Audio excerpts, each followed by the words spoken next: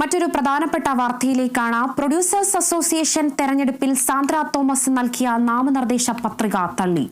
President, treasurer എന്നീ സ്ഥാനത്തേക്കാണ് പത്രിക സമർപ്പിച്ചത്. വിവരങ്ങളുമായി കാളിദാസൻ ചേരുന്നുണ്ട്. കാളിദാസൻ, ഈ പ്രൊഡ്യൂസേഴ്സ് അസോസിയേഷൻ തെരഞ്ഞെടുപ്പിലേക്ക് കഴിഞ്ഞ ദിവസമാണ് സാന്ദ്ര തോമസ് നാമനിർദ്ദേശ പത്രിക തള്ളിയത്. എന്തുകൊണ്ടാണ് ഇപ്പോൾ സാന്ദ്ര തോമസിന്റെ നാമനിർദ്ദേശ പത്രിക ഇപ്പോൾ തള്ളിയത്? കൂടുതൽ വിശദാംശങ്ങൾ എങ്ങനെയാണ്?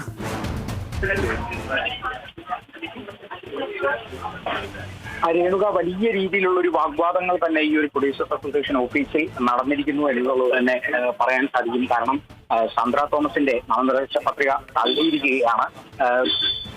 അന്യായമായ കാരണങ്ങൾ ചൂണ്ടിക്കാട്ടിയാണ് തന്റെ പത്രിക തള്ളിയത് എന്നുള്ളതും കൂടിയാണ് സാന്ദ്ര തോമസ് ഇപ്പോൾ പറഞ്ഞിരിക്കുന്നത്. ഇത്തരത്തിൽ താനൊരു പെണ്ണായതുകൊണ്ടാണോ ഇത്തരത്തിൽ പത്രിക തള്ളിയത് എന്നുള്ളതും കൂടി ഒരു ചോദ്യമായി ഉന്നയിക്കുകയാണ് സാന്ദ്ര തോമസ്. രണ്ട് സ്ഥാനത്തേക്കാണ്, പ്രസിഡന്റ് സ്ഥാനത്തേക്കും ട്രഷറർ സ്ഥാനത്തേക്കുമായിരുന്നു സാന്ദ്ര തോമസ് ഈ നാമനിർദ്ദേശ പത്രിക നൽകിയത്. എന്നാൽ അത് തള്ളുന്ന ഒരു സാഹചര്യമാണ് ഉണ്ടായത്. വലിയ രീതിയിൽ പ്രൊഡ്യൂസർമാരുടെ അല്ലെങ്കിൽ ഇതിലെ ഭാരവാഹികളുടെ ഒരു ഗുണ്ടായുസം തന്നെയാണ് കാണാൻ സാധിച്ചത്. ആ ഒരു ഗുണ്ടായുസം തന്നെയാണ് ഇവിടെ നടത്തുന്നത്. ജനാധിപത്യപരമായ ഒരു സംവിധാനമല്ല ഈ പ്രൊഡ്യൂസേഴ്സ് അസോസിയേഷൻ എന്നുള്ളതും കൂടി സാന്ദ്ര തോമസ് ചൂണ്ടിക്കടന്നു ആഞ്ഞടിക്കുകയായിരുന്നു. സാന്ദ്ര തോമസ് എന്നുള്ളത് നമുക്ക് അവരുടെ വാക്കുകളിൽ നിന്ന് തന്നെ വ്യക്തമാണ്. എന്തായാലും നിയമ നടപടികളുമായി മുന്നോട്ട് പോകുമെന്നുള്ളത് തന്നെയാണ്. ഇപ്പോൾ എക്സിക്യൂട്ടീവ് അംഗത്തിലേക്കുള്ള തെരഞ്ഞെടുപ്പിന് വേണ്ടിയും നാമനിർദ്ദേശ പത്രിക നൽകിയിട്ടുണ്ട്. അപ്പോൾ ആ ഒരു നാമനിർദ്ദേശ പത്രിക അല്ലെങ്കിൽ അതിൽ തന്നെ മത്സരിക്കും എന്നുള്ളതും കൂടിയുണ്ട്. കാരണം പ്രസിഡന്റ് സ്ഥാനത്തേക്ക് എന്തായാലും താൻ മത്സരിക്കും എന്നുള്ളത് ഉറപ്പിച്ച് പറയുന്നു സാന്ദ്ര തോമസ്. അതിനുവേണ്ടിയുള്ള നിയമ നടപടികളുമായി മുന്നോട്ട് പോകുമെന്നുള്ളതും കൂടി സാന്ദ്ര തോമസ് വ്യക്തമാക്കുന്നു. ഒപ്പം ഈ ഒരു എക്സിക്യൂട്ടീവ് കമ്മിറ്റി അംഗത്തിലേക്കുള്ള ആ ഒരു തെരഞ്ഞെടുപ്പിൽ താൻ മത്സരിക്കും, അതിന്റെ പത്രിക തള്ളുകയില്ല. അതിന് പുറമെയാണ് താൻ പ്രസിഡന്റ് സ്ഥാനത്തേക്ക് മത്സരിക്കാനായി താൻ യോഗ്യത നേടും, അതിനുവേണ്ടി നിയമ നടപടിയുമായി മുന്നോട്ട് പോകാനാണ് തീരുമാനം എന്നുള്ളത്. ആ ഒരു തീരുമാനത്തിൽ തന്നെ ഉറച്ചു നിൽക്കുകയാണ് സാന്ദ്ര തോമസ്. രേണുക, എന്തായാലും കാളിദാസൻ, ഈ ഒരു തർക്കം അതിരൂക്ഷമായി തുടരുകയാണ്. എന്തായാലും ആദ്യം തന്നെ ഈ ഒരു നാമനിർദ്ദേശ പത്രിക സമർപ്പിക്കാൻ വന്നപ്പോൾ പോലും സാന്ദ്ര തോമസ് കറുത്ത പർദ്ദ ധരിച്ചാണ് എത്തിയത്.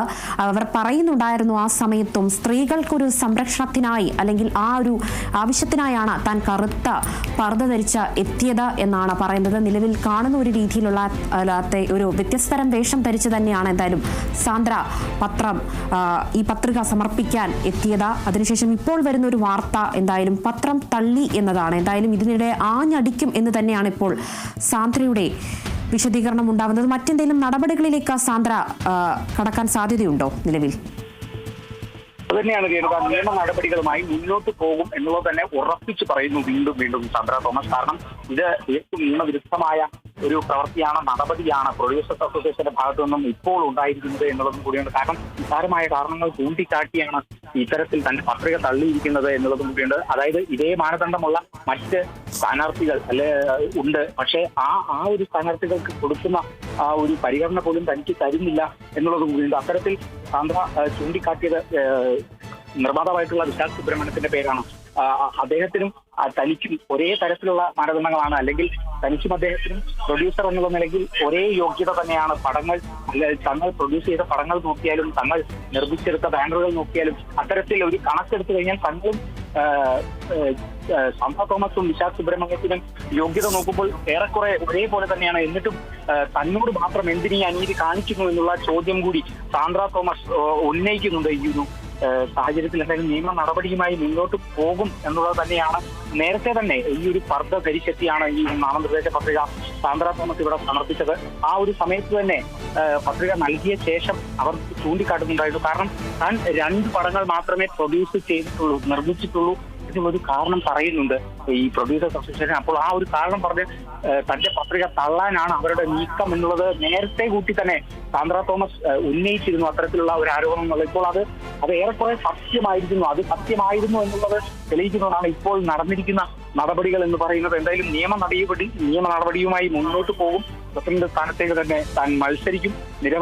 നിരവധി ചിത്രങ്ങൾ താൻ നിർമ്മിച്ചിട്ടുള്ള, സംയുക്തമായി നിർമ്മിച്ചിട്ടുള്ള നിരവധി ചിത്രങ്ങൾ വരെ താൻ നിർമ്മിച്ചിട്ടില്ല എന്നുള്ള തരത്തിലാണ് അവർ പറയുന്നത്. അല്ലെങ്കിൽ സാന്ദ്ര തോമസ് പ്രൊഡക്ഷന് കീഴിൽ താൻ നിർമ്മിച്ച 2 ചിത്രങ്ങൾ മാത്രമേ തന്റേതായ ചിത്രങ്ങളായിട്ടുള്ളൂ എന്നുള്ളത് കൂടിയാണ് പറയുന്നത്. എന്നാൽ അതങ്ങനെയല്ല. അതിനു മുമ്പേ തന്നെ താൻ സംയുക്തമായി ചേർന്ന് നിർമ്മിച്ച നിരവധി ചിത്രങ്ങളുണ്ട്. അതൊക്കെ താനും കൂടി ചേർന്ന് നിർമ്മിച്ച ചിത്രങ്ങളാണ്. അതിന്റെ അടക്കം സെൻസർ സർട്ടിഫിക്കറ്റ് താൻ സമർപ്പിച്ചതാണ്. എന്നിട്ടും ഇത്തരത്തിലുള്ള ഒരു അനീതിയാണ് തന്നോട് കാണിക്കുന്നത് പ്രൊഡ്യൂസേഴ്സ് അസോസിയേഷൻ എന്നുള്ളതും കൂടിയാണ് സാന്ദ്ര തോമസ് ചൂണ്ടിക്കാട്ടുന്നത്. നിയമ നടപടിയുമായി മുന്നോട്ട് പോകുമെന്നുള്ളത് തന്നെയാണ്. എക്സിക്യൂട്ടീവ് അംഗത്തിലേക്കുള്ള തെരഞ്ഞെടുപ്പിൽ താൻ മത്സരിക്കും. ആ ഒരു പത്രിക ഇതുവരെ തള്ളിയിട്ടില്ല. അതിലേക്ക് താൻ മത്സരിക്കും. ഒപ്പം തനിക്ക് നേടാനുള്ളത് പ്രസിഡന്റ് സ്ഥാനത്തേക്ക് മത്സരിക്കാനുള്ള യോഗ്യതയാണ്. അതിനുവേണ്ടിയാണ് താൻ പോരാടുന്നത്. താൻ പ്രസിഡന്റ് സ്ഥാനത്തേക്ക് മത്സരിക്കും എന്നുള്ളത് തന്നെയാണ്. അതിനുവേണ്ടി നിയമത്തിന്റെ ഏതറ്റം വരെയും പോകും എന്നുള്ളതും കൂടിയാണ് സാന്ദ്ര തോമസ് ഈ ഒരു മണിക്കൂറിൽ വ്യക്തമാക്കുന്നത്. ശരി, കാളിദാസൻ, വ്യക്തമാണ് പ്രൊഡ്യൂസേഴ്സ് അസോസിയേഷൻ തെരഞ്ഞെടുപ്പിൽ സാന്ദ്ര തോമസ് നൽകിയ നാമനിർദ്ദേശ പത്രിക തള്ളി. പ്രസിഡന്റ്, ട്രഷറർ എന്നീ സ്ഥാനത്തേക്കാണ് സാന്ദ്ര പത്രിക സമർപ്പിച്ചത്. എന്നാൽ ഇപ്പോൾ വന്നിരിക്കുന്ന ഏറ്റവും പ്രധാനപ്പെട്ട വാർത്ത നാമനിർദ്ദേശ പത്രിക തള്ളി എന്നതാണ്. എന്തായാലും ഇതിനെതിരെ ഒരു ശക്തമായ രീതിയിൽ തന്നെ അവർ തുറന്നടിക്കും, നിയമപരമായി തന്നെ പോരാടുമെന്ന് തന്നെയാണ് നിലവിൽ ഇപ്പോൾ മനസ്സിലാക്കാൻ കഴിയുന്ന വിവരങ്ങൾ പങ്കുവച്ചത് കാളിദാസനാണ്.